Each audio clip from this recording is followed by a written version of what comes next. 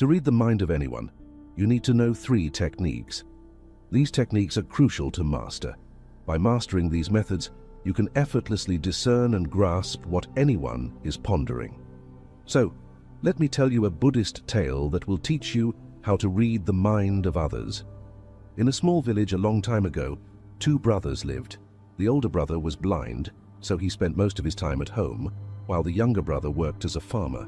However, their farm was constantly being destroyed by the many animals in the fields. The younger brother was troubled by this problem, but he eventually came up with a solution. He thought, why not ask my blind brother for help to scare away the animals in the fields? He can sit in the field and shout if he hears any animal sounds, and this way, our crops will be saved. After thinking about it, the younger brother built a small hut in the field and placed the elder brother inside it. He explained to him, brother, if you hear any animal sounds, just shout and the animals will run away. This will save our crops. The elder brother agreed to his younger brother's idea and began sitting in the field. Whenever he heard the sound of animals, he shouted and scared them away. They continued this practice for many days. One time there was a field where a deer ran through and broke the fence before running away.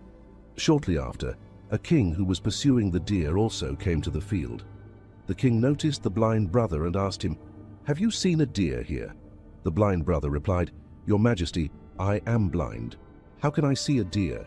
However, I can tell you that the animal that left my field is not worth chasing. You are wasting your time.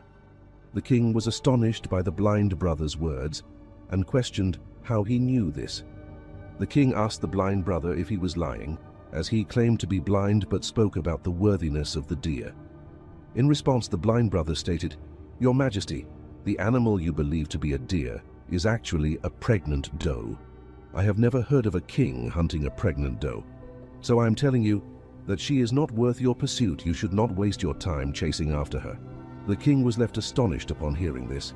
He was unable to comprehend how the blind person could identify the doe as pregnant. He pondered, how can a blind person know this? How can he be sure whether the deer I am chasing is pregnant or not? How can he confidently inform me of this information despite being blind? The king felt the need to verify this and thus instructed his commander, Commander, I want that animal alive. I need to confirm whether it is indeed a pregnant doe. The blind man seems to be very sure about this and I need to investigate. Please go and find out if she is pregnant. The king's orders were received by the commander, who proceeded. When he came back, he told the king that the blind brother was correct and that the doe was pregnant.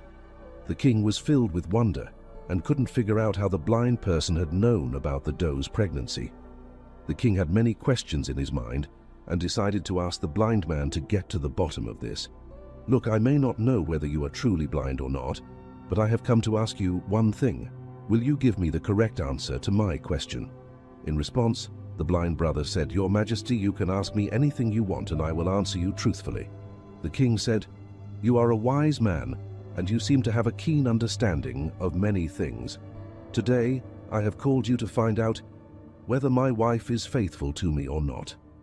The blind brother responded, Your Majesty, what kind of question is this? Your marriage has lasted for many years, and now you want to know such things. Why are these questions arising in your mind?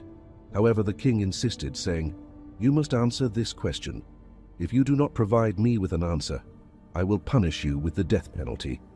Hearing the king's threat, the blind brother said, Your Majesty, if you want the answer to this question, you will have to do me a favor.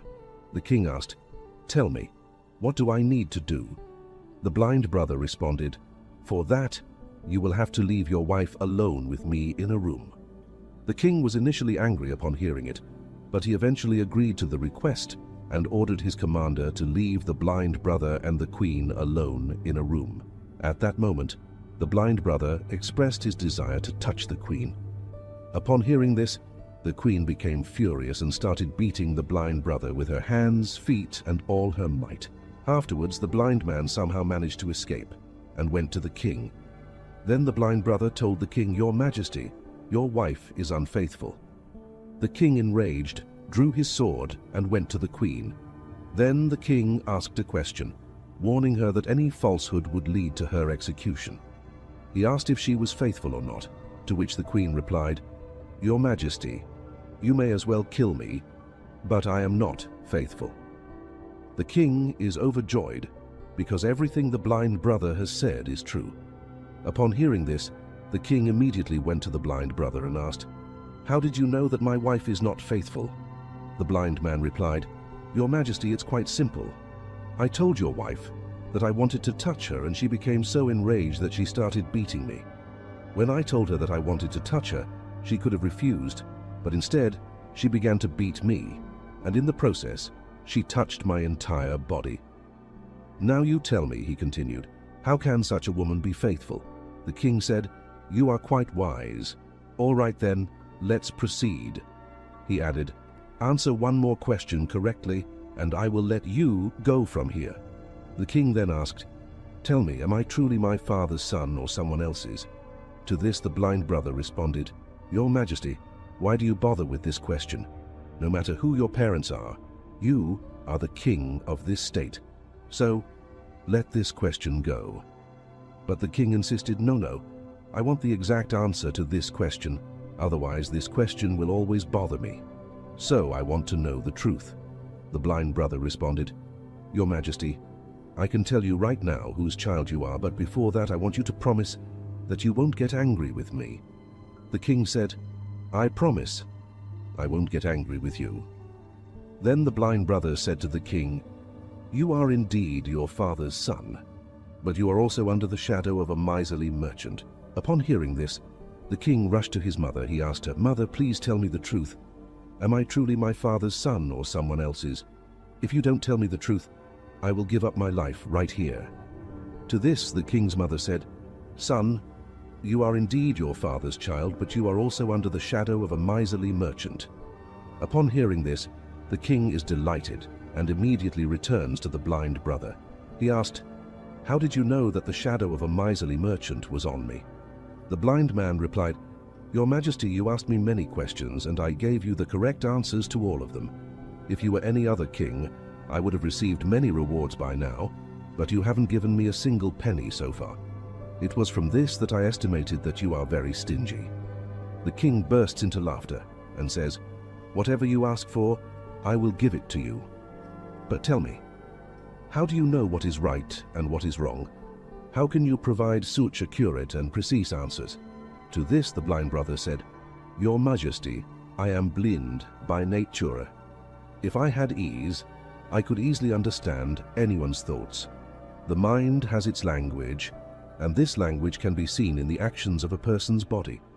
By observing a person's eyes, lips, the way they work, and their activities, one can understand what is going on in their mind.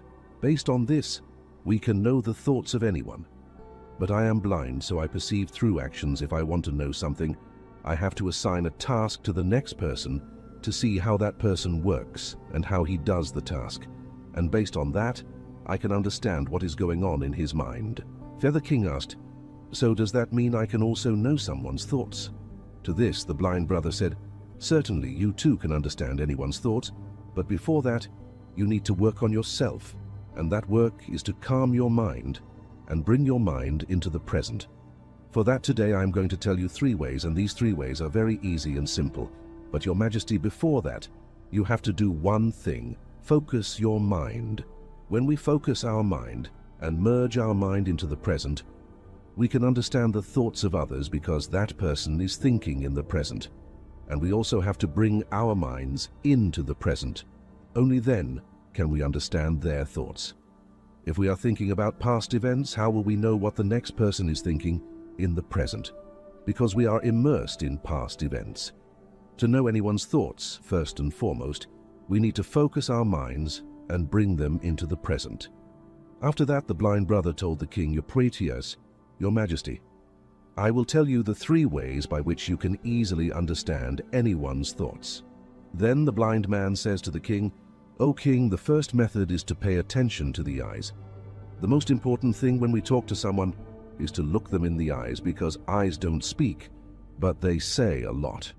If we learn to understand the signals in a person's eyes, We can know what is going on in their mind, what they are thinking, and what they are about to do. I don't have eyes myself, but I learned this skill from the revered Gautama Buddha many years ago. He was my teacher and guide. I used to have eyes back then, and I could understand people's thoughts solely through their eyes. So, if you also want to know the thoughts of others, you should focus on their eyes, such as their gaze, where they are looking, and in what direction.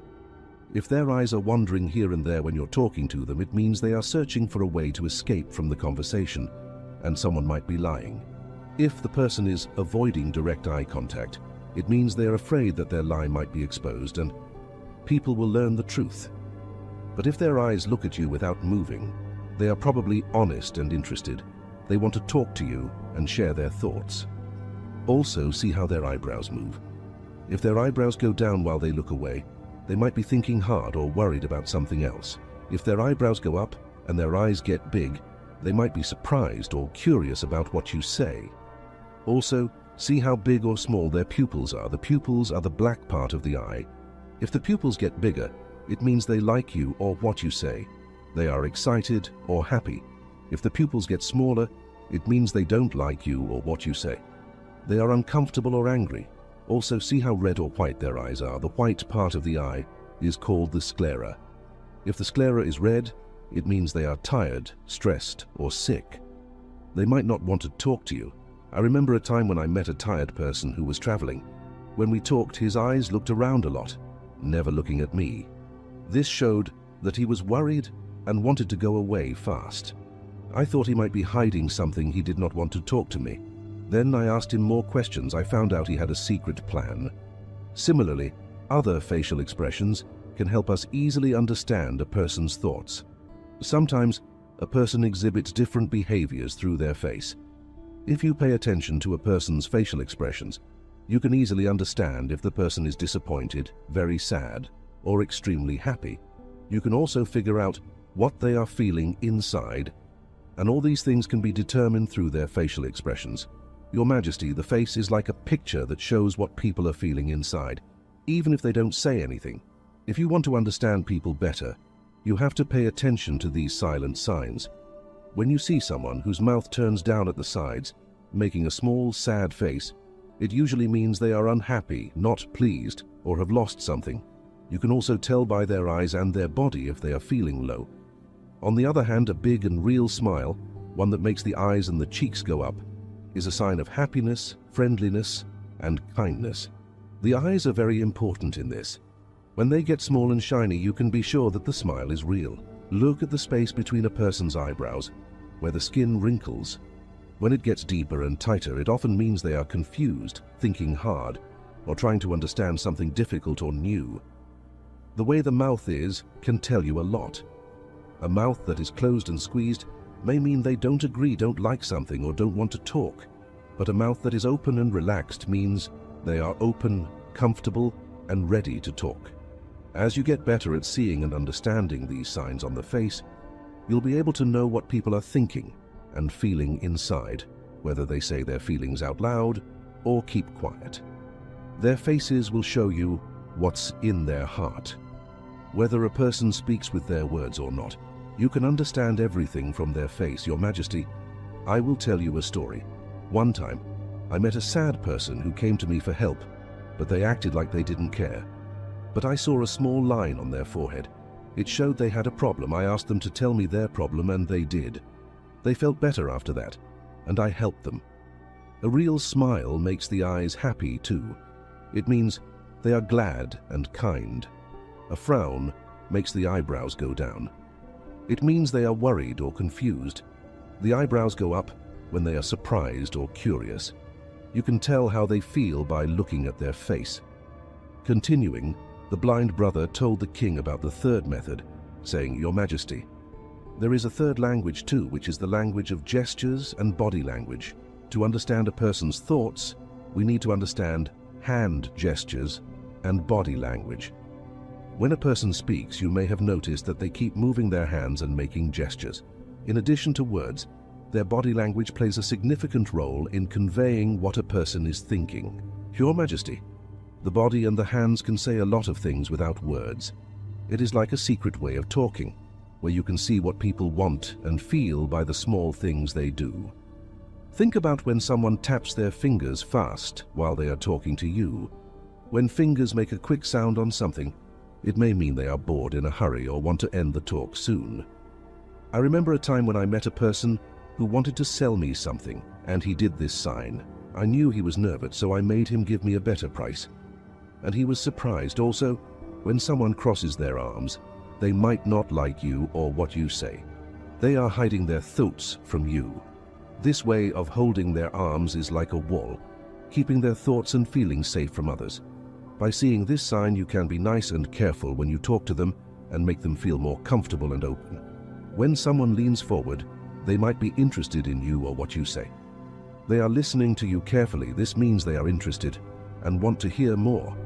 This way of moving their body shows they want to listen, learn, and understand what you are saying. I once met a smart teacher who did this. He was very calm, but he leaned in with interest, showing he wanted to know more about the topic. Sometimes people who touch their faces a lot when they talk to you can help you know what they are thinking. It often means they are worried, thinking hard, or having a big idea. These small touches show you what is going on in their mind and heart. To be good at understanding others by their body and hands, you have to be patient, watch carefully, and appreciate the things they don't say. These small but important signs, like a quiet book, show you the feelings and thoughts that are hidden inside them and let you connect with them better. If we pay attention to these three methods and understand them correctly, we can quickly know what's going on in a person's mind, how much attention they are giving to our words, and what's happening in their mind. However, before that, you have to focus your mind and bring it into the present. Only then can you pay attention to all these actions, understand them, and realize what's going on in the person's mind. Otherwise, if you are preoccupied with past events or plans, you will never pay attention to the person's body language, and you will never understand what's happening in their mind, what they are thinking. You may have seen many great saints and enlightened beings who look at you with great calm and can tell you what's going on in your mind and what you have come to learn from them. The biggest reason for this is that they can read you and understand you because their mind is focused and peaceful, and that's why they can easily understand your thoughts.